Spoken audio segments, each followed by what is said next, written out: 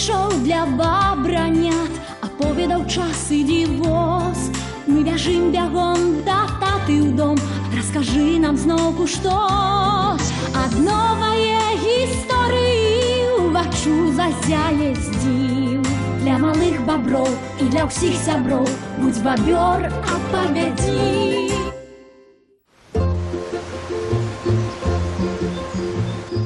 Ух ты, усё мокрае. А няго ж быў жа дождж.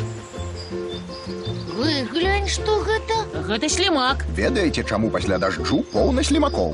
Мо яны шукаюць вады. Яны любяць мачыць ногі. Ні ў якім разе. Вы абое маеце рацыю, і гэта нагадала мне гісторыю. Гэта гісторыя працавітай Лізет, якая на сваёй ферме даглядала кароў, курэй ды свінняў, працавала ад ранку да ночы. Няма калі адпачыць. Куры, Лізет прынесла вам смачнай кукурузы.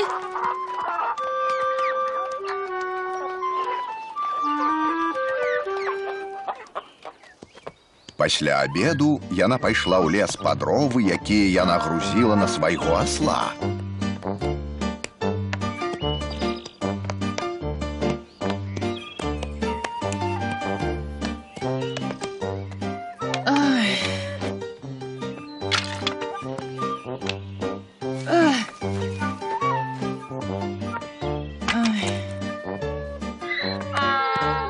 Асёл, ты такі марудны.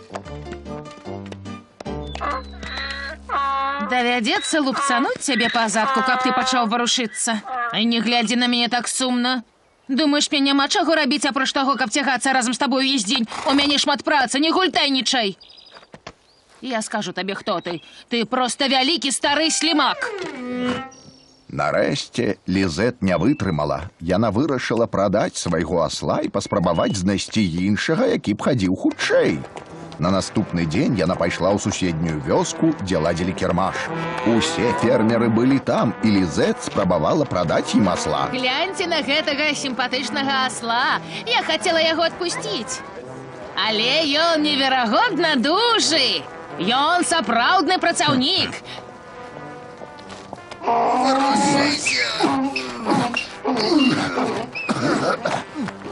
Шаноўная, на гэтым асле толькі дзетак вазіць. Гэта будзе бяспечная язда, бо ён павольны хадок. Нам ён не спатрэбіцца, толькі час змарнуем. І што я табе казала? Ты вялікі стары слімак.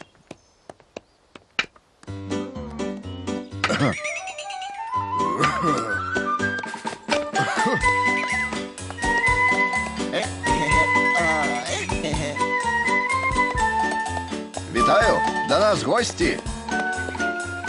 Мой асёл павольны, але ў цырку гэта не істотна. Можа, варта прыцягнуць яго да выступу.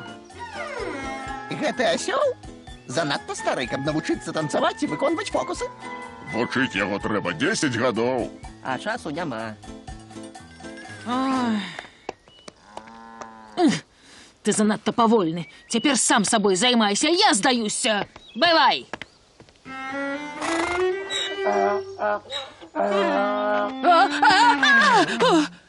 Боже мой, я параніла нагу. Дапамажыце мне. Але там не было нікога, каб дапамагчы Лізет. За выключэннем аднаго.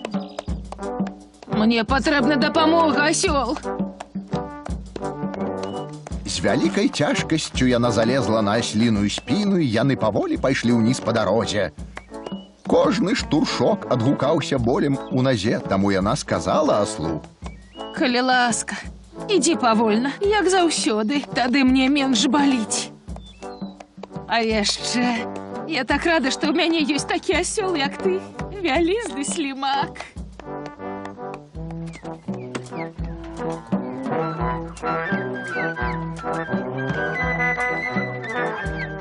Лізет пакінула асла на ферме, і кожны раз, калі нехта быў паранены, або трэба было пакатаць дзяцей, мясцовыя фермеры ведалі, куды ісці. Няма больш лагоднага асла, чым на ферме ў Лізет. Як вам мая гісторыя пра вялікага старога слімака? Мне спадабалася, бо я галодны. Ты хочешь есть слимаков? Біці, бобры не ядуць слімакоў. Тата Бобер, ты хотел бы быть слимаком? Калі б я ім быў, я б не наракаў, што я слімак, а будучы аслом, я б не хацеў нічога іншага. Вось жа, я вельмі шчаслівы быць бабром. Я таксама. Мы все трое. Давайте з'ямо пірог, пакуль зноў не пайшоў дождж. Так, небо темное. Ну, а я хацеў бы быць слімаком. Ведаеце чаму? Так утульна быць сухім у ракавінцы, калі звонку дождж. А я бы не хотел. Бастер, слимаки ж бруханогие. Дакладна, яны з сямейства бруханогіх, так? Вельмі добра, але зірніце, як ён выходзіць са сваёй ракавіны. Ён выцягвае ўсё цела на выхад, потым падцягваецца, зусім не адрываючы ног ад лістка. Таму ягонае цела гэта суцэльная нага. Яго животик у пальцах ног. Хутчэй, ног промокнем. Гляньте, мы все мокрые. Добра, што мы адзелі капелюшы. Так, прынамсі галовы сухія. Пошчастило. Спачатку абтрасіце іх. А я свой не здыму, я так прыгажэй выглядаю. Заходзьце ўсе, зараблю нам размарынавай гарбаты, а потым я распавяду вам гісторыю пра дзяўчыну, якая празмерна любіла капелюшы.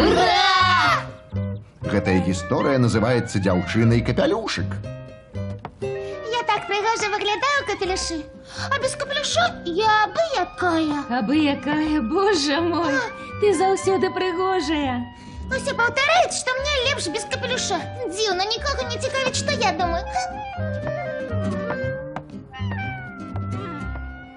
А вось я, калі магу, не выходжу з дому без капелюша. Але гэта нялёгка. Яго вельмі цяжка ўтрымаць.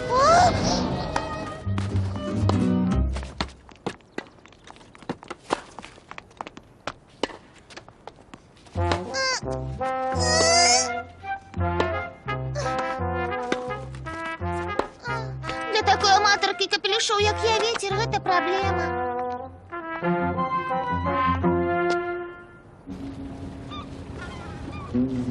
Ты спазнілася, я ўжо думаў, ты не прыйдзеш. Здаецца, гэта добрае месца для рыбалкі, а, дзядзька Піт?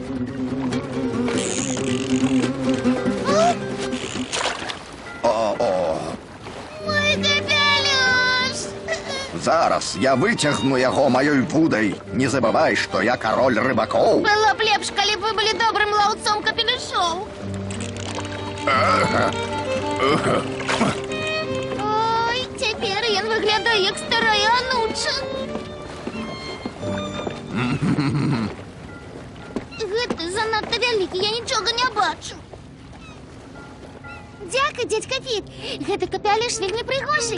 Пластикавыя фрукты выглядаюць так натуральна, што мне хочацца з'есці іх.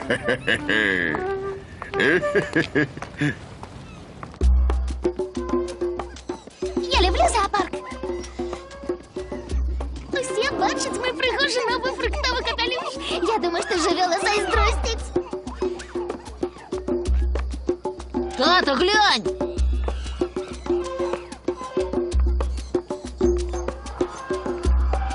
Дзяўчынка, асцярожна, твой капелюш.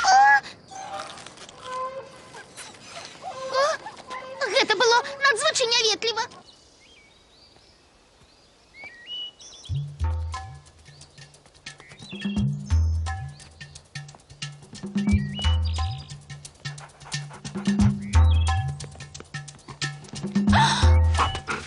Гэта не курыца, гэта мой новы капелюш.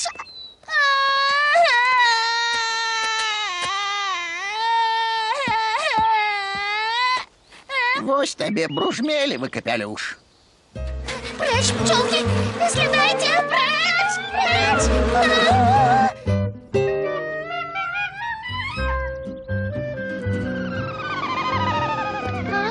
Я выкарыстоўваю шакаладны пудынг замест паліва. Можна ў цябе пазычыць? Дзякуй.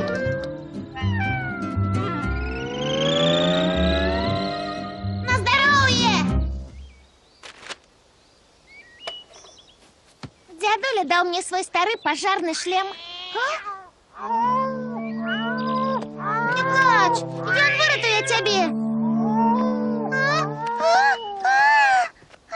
Трымайся, дапамога блізка.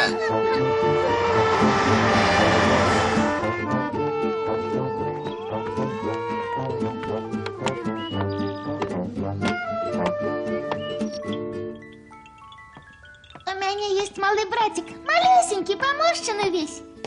Ён смешно виглядає, але я люблю його. І він завжди сміється, коли бачить мене. За виключенням випадків, коли я надіваю капелюш.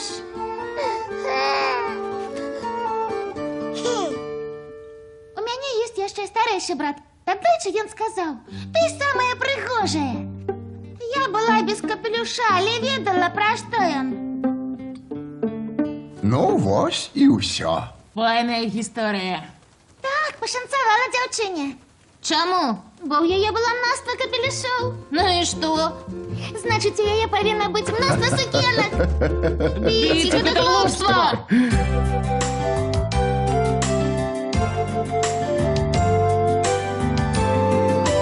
Тата наш носить шмат таких гісторыяў пра запас.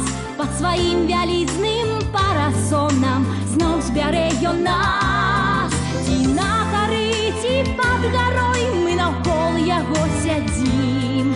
Для малых баброў і для ўсіх сяброў будзь бабёр, апавядзі.